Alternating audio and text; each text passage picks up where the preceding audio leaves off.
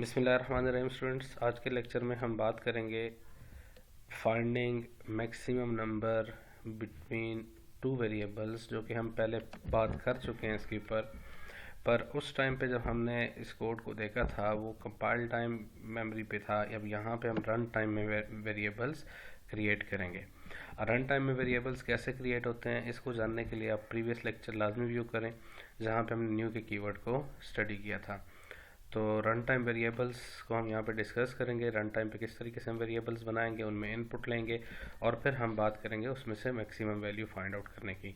तो हम इसके अगेंस्ट कोड लिखते हैं जिससे हमें एक बेटर अंडरस्टैंडिंग डेवलप होगी इस पर्टिकुलर प्रोग्राम के लिए।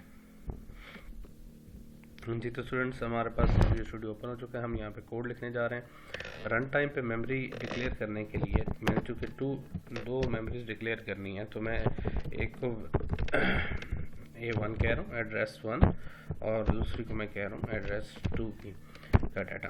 अब हमें पता है कि अगर मैं इंटीजर टाइप का पॉइंटर मैंने क्रिएट किया तो मेरे पास जो मेमोरी क्रिएट होनी चाहिए वो कौन सी होनी चाहिए, इंटीजर टाइप की, जिसको मैं न्यू इंट से क्रिएट कर रहा हूँ। अब न्यू इंट की स्टेटमेंट स्टूडेंट्स क्या काम करती है? न्यू इंट की स्टेटमेंट एक मेमोरी डिक्लेयर करती है, साथ ही उस मेमोरी का एड्रेस भी हमें बता देती है कि अच्छा ये वो मेमोरी का ब्लॉक था जहाँ पे मेरे पास एड्रेस आ गया। इसी तरीके से अगर मैं ये कहूँ कि इंट न्यू इंट, तो ये स्टेटमेंट क्या काम करेगी? ये स्टेटमेंट भी वही काम कर रही है। अब इसका अगर मैं डायग्रामेटिक व्यू आपको प्रोवाइड करूं तो पहली लाइन पे मेरे पास दो मेमोरी के ब्लॉक्स क्रिएट हो जाएंगे। एक को मैं A1 कह रहा हूं और दूसरे को मैं A2 कह रहा हूं। याद रखिएगा A1 का अपना कोई एड्रेस होगा जिसको मैं इस केस में A12 कह रहा हूं।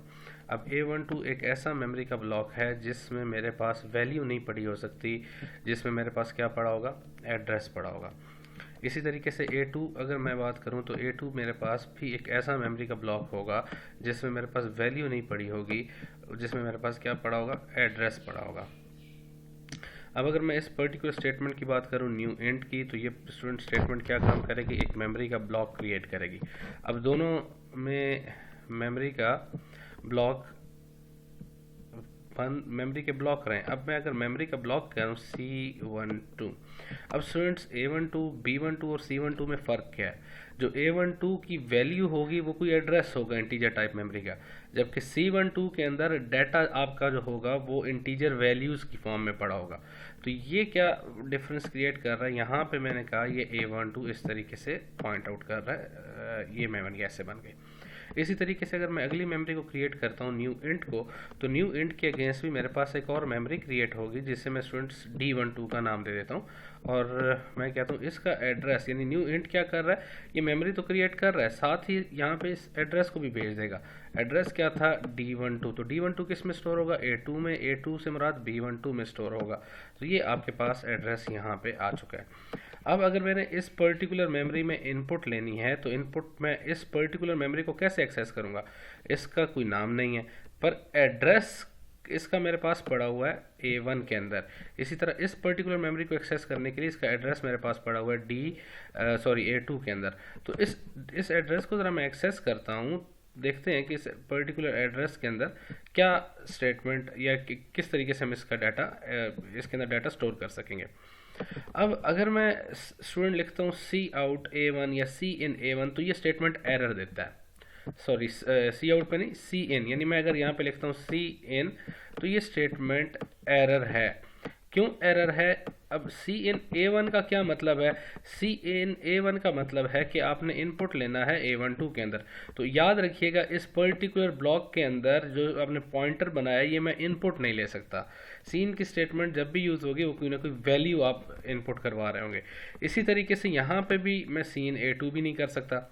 हाँ, मैं ये तो लाजमी कर सकता हूँ Cin C12।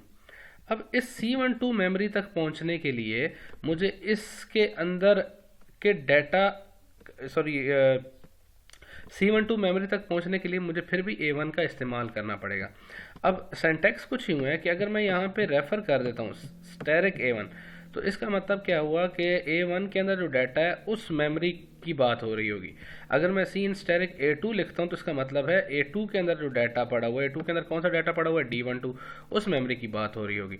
तो मैं यहाँ पे दो वेरिएबल्स इनपुट में लेता हूँ, दो वैल्यूज़ इनपुट में लेता हूँ, एक वैल्यू को स्टोर करूँगा मैं C12 के अंदर और दूसरी वैल्यू को मैं स्टोर करूँगा D12 के अंदर। याद रखिएगा C12 के अंदर वैल्यू स्टोर करने के लिए मुझे A1 की ज़रूरत पड़ेगी और D12 के अंदर वैल्यू स्टोर करने के लिए मुझे A2 की ज़रूरत पड़ेगी। तो हम इसको ज़रा देखते हैं। Cout एंटर फर्स्ट नंबर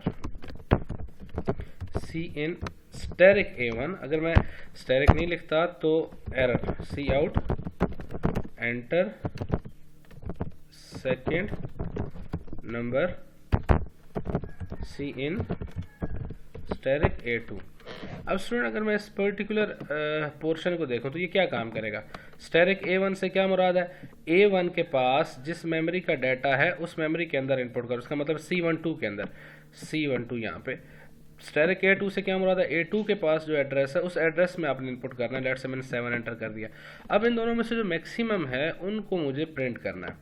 अब मैक्सिमम कैसे प्रिंट करेंगे, मैक्सिमम किस तरीके से प्रिंट होगा उसको ज़रा हम देखते हैं। अच्छा, अब अगर मैं इसकी मैक्सिमम वैल्यू प्रिंट करूँ, मैं लिखता हूँ if A1 is greater than A2, तो इसका मतलब है मैक्सिमम A1 हो गया। Cout max equals to A1, else में हम क्या लिख रहे हैं, Cout max equals to A2। अब सॉरी ऐसे इज इक्वल टू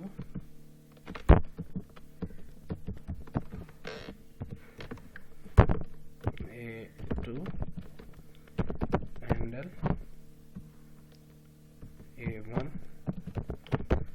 एंडल।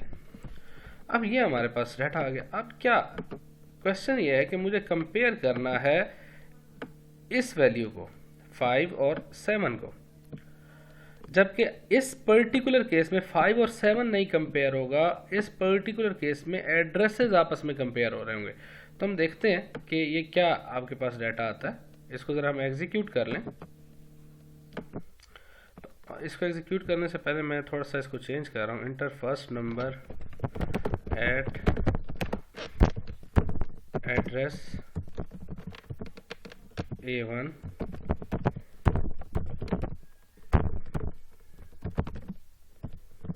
इस एड्रेस पे जाएगा।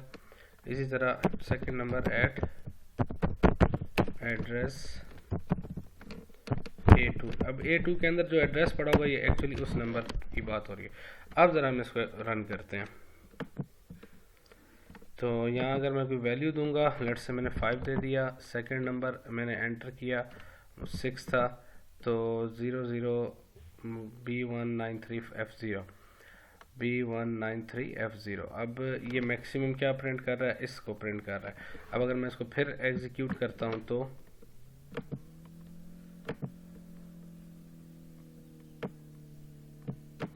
लेट्स से मैं वैल्यू देता हूँ 6, अगली वैल्यू मैं देता हूँ 2, तो अब ये क्या प्रिंट कर रहा है 010B93F0। मतलब ये एक्चुअली क्या कर रहे हैं, एड्रेसेस को आपस में कंपेयर कर रहे हैं। हालांकि ये अब कंपैरिजन किस किस का हो रहा होगा, 010B3E08 का और 010B393F0 का। अब ये जो एड्रेसेस हैं वैल्यूज़ कंपेयर नहीं हो रही। अगर मैं वैल्यूज़ को कंपेयर करूंगा तो मुझे क्या करना पड़ेगा, if asterisk A1 is greater than asterisk A2, तो फिर मैं क्या कहूँगा, मैक्सिमम ये है। तो हमें ये पता चलना चाहिए कि हम डाटा तक एक्सेस करने के लिए हमारे पास क्या सिंटैक्स होगा। स्टेरिक का ऑपरेटर हमें यहाँ पे मेंशन करना पड़ेगा। अब अगर मैं इसको एग्जीक्यूट करता हूँ तो यहाँ अगर मैं कोई वैल्यू दे रहा हूँ 6 और यहाँ मैं कोई वैल्यू दे रहा हूँ 8, तो अब क्या प्रिंट कर रहा है, मैक्स इक्वल्स टू 8। मैं फिर रिपीट कर रहा हूँ, आपके जहन में कुछ क्वेश्चंस आ रहे होंगे कि भाई जब हम इसको डायरेक्टली कर रहे हैं तो फिर न्यू के कीवर्ड के साथ करने का क्या फ़ायदा, या रन टाइम मेमोरी बनाने का क्या फ़ायदा।